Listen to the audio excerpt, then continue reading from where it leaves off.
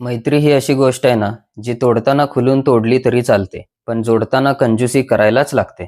आता तू बोलशील भावा हा काय उलटं सांगतोय. समज आता तू एक वडापावचा गाडा टाकलायस आणि तुझा पहिला मित्र बोलतोय, अरे तसं तरी मी दुसरीकडे जाणार होतो वडापाव खायला, पण भावानं गाडा टाकलाय, चला याचा 10 रुपयाचा धंदा करून देऊया. आणि दुसरा मित्र असं बोलतोय की भाऊचा आहे आपला, चला फुकट वडापाव खाऊन येऊया.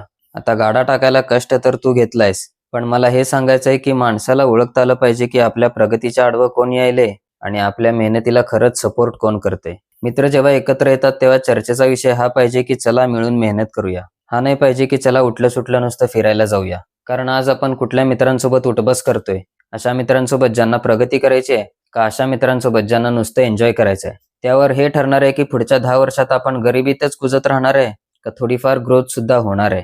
कारण जशी मित्रांची बुद्धी असेल त्यांच्या संगतीत राहून आपण तसंच बनणार आहे.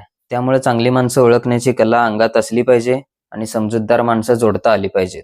म्हणून मी बोललो की मैत्री करताना कंजूसी करावी लागते. हा व्हिडिओ तुमच्या जास्तीत जास्त मित्रांना शेअर करा आणि माझं ओपिनियन तुम्हाला कसं वाटलं कमेंटमध्ये नक्कीच सांगा.